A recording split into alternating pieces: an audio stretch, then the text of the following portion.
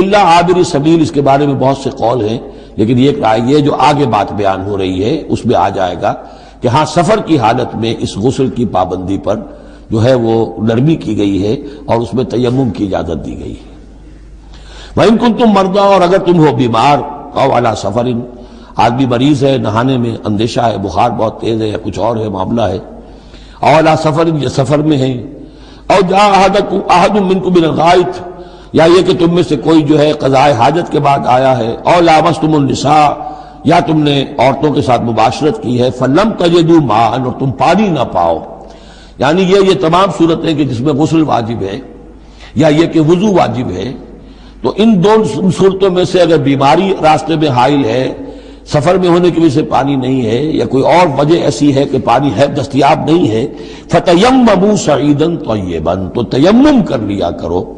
لیکن تیمم کا جیسا کہ ہم پہلے پڑھ چکے ہیں، میں نے بتایا تھا کہ قصد کرنا، تیمم، فَتَيَمَّمُوا صَعِيدًا طَيِّبًا، پاک مٹی کا اس کا قصد کرو، فَامْسَحُوا بِوُجُوهِكُمْ وَأَيْدِيكُمْ، اور پھر اپنے چہروں کو اور اپنے ہاتھوں کو اس سے مسح کر لو، بل لو۔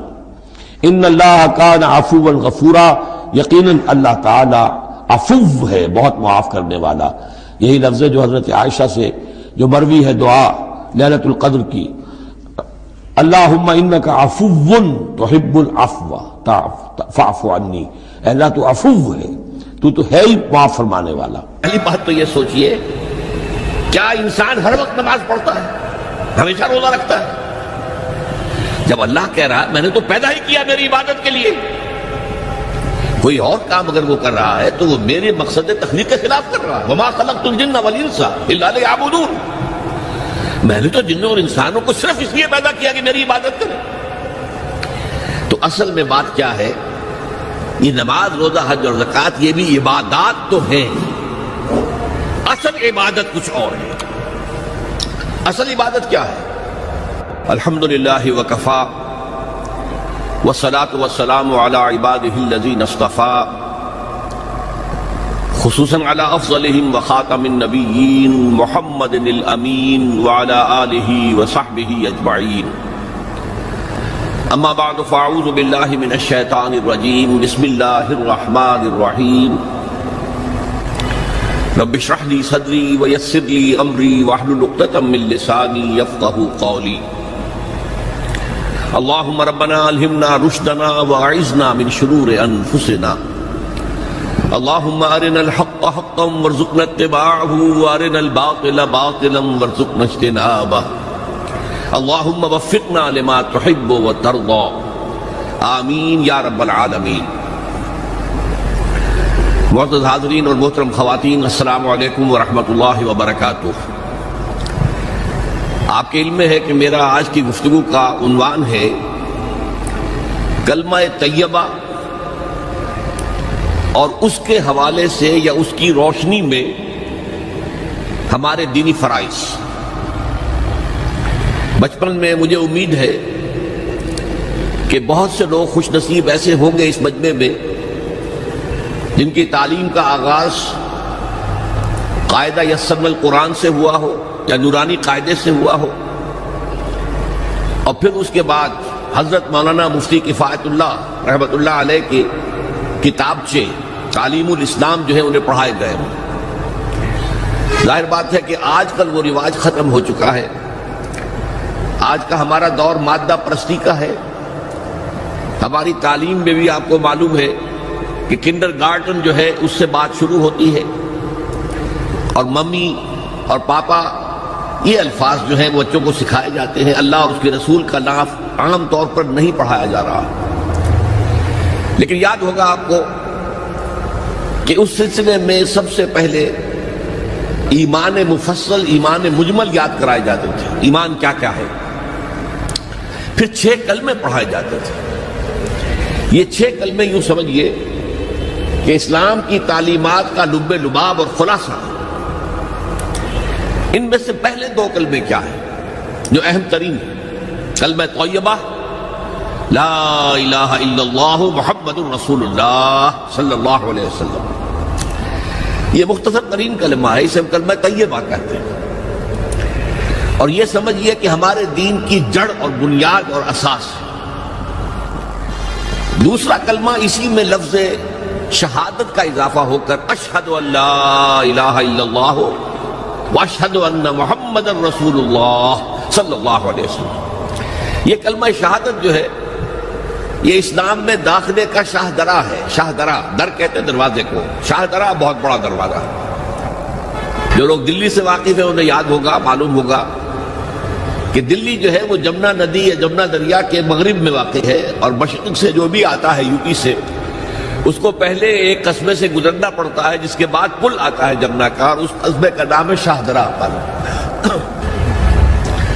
اسی طرح کا شاہ درا ایک لاہور میں ہے۔ لاہور جو ہے وہ راوی کے جنوب مشرقی کنارے پر ہے، آباد ہے شہر۔ اب جو بھی پشاور سے، سرحد سے، اسلام آباد سے، پورے پنجاب سے لوگ آتے ہیں تو انہیں لاہور میں داخل ہونے کے لیے دریائے راوی کراس کرنا ہوتا ہے، لہذا وہاں بھی ایک قصبہ ہے جس کا نام شاہ درا ہے۔ شاہ درا یہ بڑا در ہے کہ جس سے داخل ہو کر آپ دلی میں یا لاہور میں داخل ہوں گے۔ اسی طرح میں نے عرض کیا کہ اسلام میں داخلے کے لیے شاہ درا جو ہے وہ ہے اشہد ان لا الہ الا اللہ واشہد ان محمد رسول اللہ صلی اللہ علیہ وسلم۔ آج میں انہی دو کے حوالے سے آپ کے سامنے کچھ باتیں رکھ رہا ہوں۔ باتیں بالکل بنیادی ہیں اور میں سمجھتا ہوں کہ آپ کے ذہنوں کے اندر موجود ہیں، صرف یہ ہے کہ آپ نے شاید زیادہ کبھی شعوری طور پر توجہ نہ دی ہو اور ان کے بارے میں کہیں گہرا غور و فکر نہ کیا ہو۔ دیکھیے پہلا جز کیا ہے؟ لا الہ الا اللہ، کلمہ توحید ہے۔ یہ اللہ کے سوا کوئی معبود نہیں۔ اب اس کا تقاضا کیا ہے؟ اور دوسرا جز ہے محمد الرسول اللہ صلی اللہ علیہ وسلم، اس کا تقاضا کیا ہے؟ اللہ کے سوا کوئی معبود نہیں، معبود برحق صرف اللہ۔ اس کا کیا مطلب ہے؟ عبادت صرف اس کی ہو، کوئی معبود نہیں اللہ کے سوا، عبادت اسی کی ہو۔ اس عبادت کا مفہوم کیا ہے؟ قرآن مجید میں بہت سے انبیاء کی اور رسولوں کی دعوت بیان ہوئی اور نام بنام کہا گیا۔ ان کی دعوت کیا تھی؟ ان اعبدوا اللہ ما لکم من الہ غیرہ، اللہ کی عبادت کرو، تمہارا کوئی الہ اس کے سوا نہیں۔ اس کے ساتھ ہی بعض صورتوں میں ایک لفظ کا اضافہ ہوتا ہے۔ سورہ شعراء میں ان اعبدوا اللہ واطیعون، عبادت اللہ کی کرو، میری اطاعت کرو۔ تو اللہ کی عبادت کیا ہے جس کے لیے سورہ ذاریات میں فرمایا وَمَا خَلَقْتُ الْجِنَّ وَالْإِنسَ إِلَّا لِيَعْبُدُونَ، میں نے نہیں پیدا کیا ہے جنوں اور انسانوں کو مگر صرف اس لیے کہ میری عبادت کریں۔ تو معلوم ہوا کہ لا الہ الا اللہ کا تقاضا کیا ہے؟ ہمہ تن ہمہ وقت اللہ کی عبادت۔ یہ عبادت کیا ہے؟ بدقسمتی سے مسلمانوں پر جو زوال آنا شروع ہوا خلافت راشدہ کے بعد سے، ایک زوال اسلام کا شروع ہو گیا، اگرچہ مسلمانوں کا تو عروج جاری رہا۔ دور بنو امیہ میں، دور بنو عباس میں دنیاوی اعتبار سے سطوت، شان اور شوکت بڑھتی چلی گئی، لیکن اسلام جو ہے اس کے اندر زوال شروع ہو گیا۔ سب سے پہلا زوال کیا آیا؟